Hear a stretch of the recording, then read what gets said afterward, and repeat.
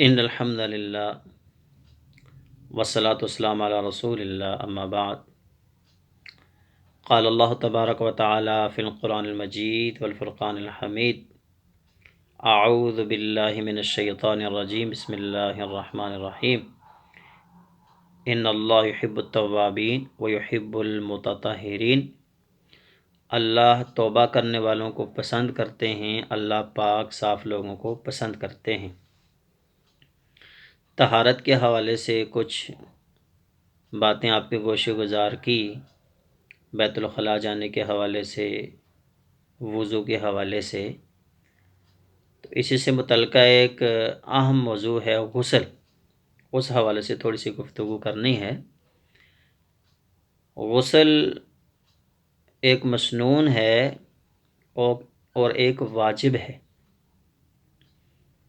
اور ایک عام طور پر بندہ غسل کرتا ہے۔ گرمی لگ رہی ہے، نہا لیا، کام کاج کر رہا ہے، محنت مشقت کر رہا ہے، جسم پر جو ہے مٹی وغیرہ پڑ گئی، نہا لیا، ویسے جسم میلا ہو گیا، نہا لیا، تو اس کا کوئی مخصوص طریقہ نہیں ہے۔ بندہ گیا واش روم میں، شاور سے نہا لیا یا ڈبے سے نہا لیا، جیسا بھی ہو، ایک مسنون غسل ہے جو رسول اللہ صلی اللہ علیہ وسلم بھی کرتے تھے۔ وہ کچھ مواقع ہیں خاص، مطلب جمعے کے دن غسل کر لینا، بعض علماء کرام اس کو واجب کہتے ہیں، لیکن مسنون بہتر ہے، سنت بہتر ہے، فرض نہیں ہے یہ۔ اس کے بعد چھوٹی عید کے لیے غسل کرنا، بڑی عید کے لیے غسل کرنا، پھر حج کے لیے غسل کرنا، پھر عمرہ کے لیے احرام باندھنے سے پہلے غسل کرنا، یہ مسنون غسل ہیں، یہ رسول اللہ صلی اللہ علیہ وسلم سے ثابت ہیں اور یہ غسل کرنے چاہیے۔ ایک واجب ہے یعنی فرض ہے غسل، ہر مسلمان مرد پر، ہر مسلمان عورت پر جو بالغ ہو۔ اس کے طریقہ کار کے حوالے سے تھوڑی سی گفتگو کرنی ہے کہ وہ غسل کس طرح کرنا ہے۔ باقی پیچھے جو دو کیٹیگری میں نے آپ سے گزارش کی، ان کا کوئی مخصوص طریقہ نہیں ہے، بس آپ واش روم میں گئے غسل کر لیا۔ یہ جو غسل واجب ہے، فرض ہو جاتا ہے جب انسان پر غسل، میاں بیوی ہیں انہوں نے غسل جو ہے وہ واجب کرنا ہے، نوجوان مرد ہے یا عورت ہے ان کو غسل کی ضرورت پڑ گئی ہے، صبح انہوں نے غسل کرنا، تو اس کا طریقہ کار کیا ہونا چاہیے؟ اس کے حوالے سے یہ ہے کہ رسول اللہ صلی اللہ علیہ وسلم کا جو طریقہ سنت سے ہمیں ملتا ہے، سب سے پہلے انسان کو استنجا کرنا چاہیے اچھے طریقے سے، اور اگر اسے اپنے جسم پر کہیں کوئی آلائش وغیرہ نظر آئے اس کو دھو لینا چاہیے۔ اس کے بعد اس کو اچھے طریقے سے وضو کرنا چاہیے، جس طرح نماز کے لیے بندہ وضو کرتا ہے۔ وضو کرنے کے بعد پھر اس کے پاس پانی ہو جس کے ساتھ ہاتھ گیلے کر کے اپنے بالوں کی جڑوں تک بالوں کو گیلا کرے، مکمل سر کو پانی میں ہاتھ ڈالے، پھر سر کو گیلا کیا، پانی میں ہاتھ ڈالے، پھر سر کو گیلا کیا۔ اس کے بعد 3 چلو پانی سر پر بہانے ہیں۔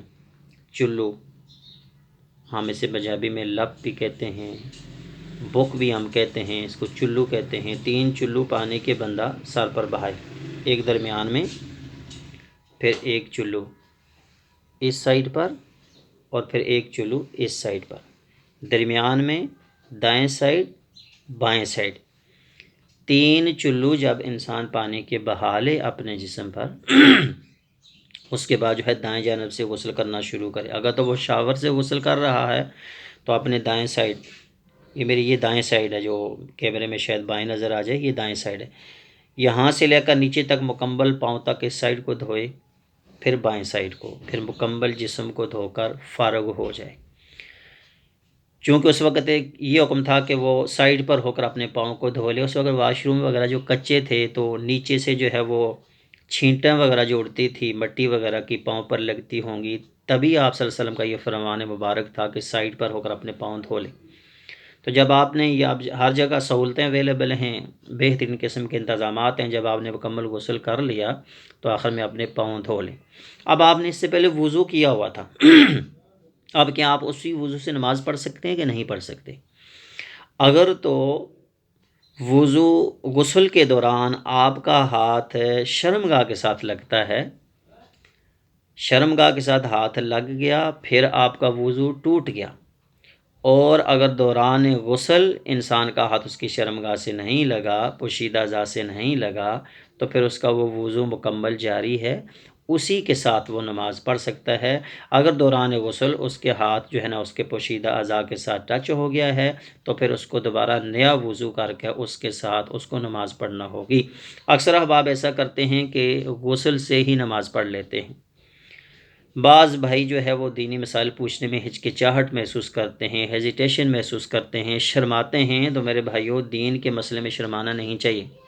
کنجر خانہ ہو رہا اس کو دیکھنے میں کوئی شرم نہیں ہو رہی، مجرا ہو رہا اس کو دیکھنے میں کوئی شرم نہیں ہو رہی، شادی بیاہ پر فضول قسم کے جو ہے لغویات بکواسیات ہوں وہاں پر انسان کو شرم نہیں آتی۔ اس وقت انسان کو شرم نہیں آتی جب اللہ اور اس کے رسول کی نافرمانیاں کرتا ہے، جب دین کا مسئلہ آتا ہے تو اس کو شرم آ جاتی ہے۔ 3 جگہ ایسی ہیں جہاں انسان شرم کر کے اپنا دنیا اور آخرت کا نقصان کرتا ہے۔ ڈاکٹر کے سامنے غلط مسئلہ بتائیں گے، تشخیص غلط ہوگی، جان سے جائیں گے۔ قاضی کے سامنے غلط بات کریں گے، غلط گواہی دیں گے تو جان سے جائیں گے۔ عالم کے سامنے شرماتے رہیں گے، دین نہیں پوچھیں گے تو دنیا اور آخرت دونوں سے جائیں گے۔ رسول اللہ صلی اللہ علیہ وسلم نے انصار کی جو عورتیں ان کی بڑی تعریف فرمایا، انصار کی عورتیں بہت اچھی ہیں، دین کے مسئلے میں ذرا بھی ہچکچاہٹ نہیں کرتی۔ اللہ فرماتے فَاسْأَلُوا أَهْلَ الذِّكْرِ إِن كُنتُمْ لَا تَعْلَمُونَ، اگر تمہیں علم نہیں ہے تو کسی اہل علم سے پوچھ لیا کرو۔ تو محترم بھائیو، دنیا کے ہر معاملے میں ہم تگ و دو کرتے ہیں۔ ہم بازار سے سبزی خریدنے جاتے ہیں، بڑی اب تو ذرا ہمارے اعمال کی شامت مہنگی ہو گئی ہے، میں نے اپنے ان گناہ گار آنکھوں سے 1 روپیے کلو گوبھی بکتی اپنے ادھر سبز منڈی میں دیکھی، اپنے ہاتھوں سے خریدی ہے، یعنی 40 روپے میں من گوبھی آتی تھی۔ تو اب ہمارے اعمال ہیں، اب تو ہم سوچ بھی نہیں سکتے ان ریٹس کا۔ تو کہنا میں یہ چاہتا ہوں کہ ایک پھول گوبھی کا لینا ہو 1000 بار سوچتے ہیں، دینا 1 روپیہ ہے یا دینے 100 روپیے ہیں یا 10 روپیے ہیں کہ اس میں کہیں کیڑا نہیں لگا ہوا، کہیں مسئلہ مسائل تو نہیں ہے۔ تو دین اتنا سستا ہے، جہاں سے جیسے ملے اس کو لے لیا جائے۔ تو دین کے مسائل کو پوچھا کریں، ان پر عمل کیا کریں۔ امید ہے انشاءاللہ یہ مسنون غسل جو میں نے آپ کو بتایا اس پر آپ عمل کریں گے۔ اللہ ہم سب کو عمل کی توفیق عطا فرمائے۔ السلام علیکم ورحمۃ اللہ وبرکاتہ۔